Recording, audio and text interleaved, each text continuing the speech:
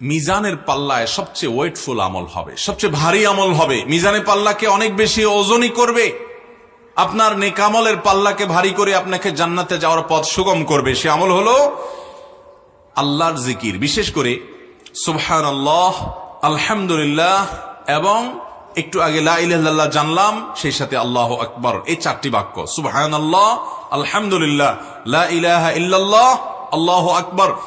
যত জিকির এবং দোয়া আছে আপনারা দেখবেন যে ঘুরে ফিরে এই চারটি বাক্যের ব্যবহার সবচেয়ে বেশি করতে বলা হয়েছে। এই জন্য নবী করিম সাল্লাল্লাহু আলাইহি ওয়াসাল্লাম সহিহ মুসলিম বর্ণিত হাদিসে বলেছেন, আলহামদুলিল্লাহি তামলাউল মিজান। যদি কেউ আলহামদুলিল্লাহ বলে তো এটা মিজানের পাল্লাকে পরিপূর্ণ করে দিবে। আর যদি কেউ সুবহানাল্লাহি ওয়া আলহামদুলিল্লাহ বলে তাহলে সেক্ষেত্রে আল্লাহ রাব্বুল আলামিন তাতে এই পরিমাণ সওয়াব দিবেন যে নবমণ্ডল এবং ভূমণ্ডল এর মধ্যকার জায়গাকে পরিপূর্ণ করে দিবেন।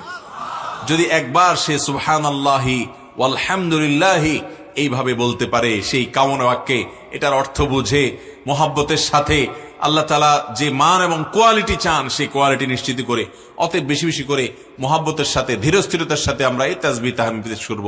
আমরা অনেকে সুবহানাল্লাহ পড়ি কিন্তু সেটা খুব হুলস্থুল করে পড়ি, সুবহানাল্লাহ সুবহানাল্লাহ সুবহানাল্লাহ, যেটা আল্লাহ তাআলার শানে, আল্লাহ তাআলার শানে যায় না, বরং বেয়াদবি হয় কোনো কোনো ক্ষেত্রে, যে আল্লাহর শানে তার পবিত্রতা জ্ঞাপন করছেন, হুলস্থুল করে তাড়াহুড়া করে করলে সেটা কখনো মানসম্মত হবে না।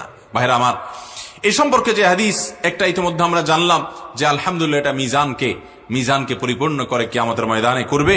আর সেই সাথে সুবহানাল্লাহি ওয়া আলহামদুলিল্লাহ এটা বান্দার আমলের মধ্যে এই পরিমাণ সওয়াব যোগ করবে যে নমণ্ডল ভূমণ্ডলকে পরিপূর্ণ করবে। সেই সাথে বুখারীর একটা হাদিস আছে, আপনারা সবাই হাদিসটি কম বেশ হয়তো শুনেছেন, বুখারীর সর্বশেষ হাদিস।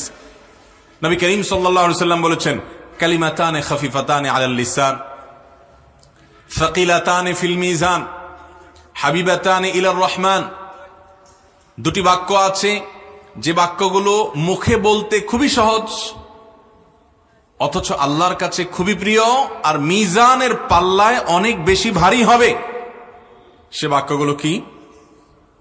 সুবহানাল্লাহি ওয়া বিহামদিহি সুবহানাল্লাহিল আযীম, সুবহানাল্লাহি ওয়া বিহামদিহি সুবহানাল্লাহিল আযীম।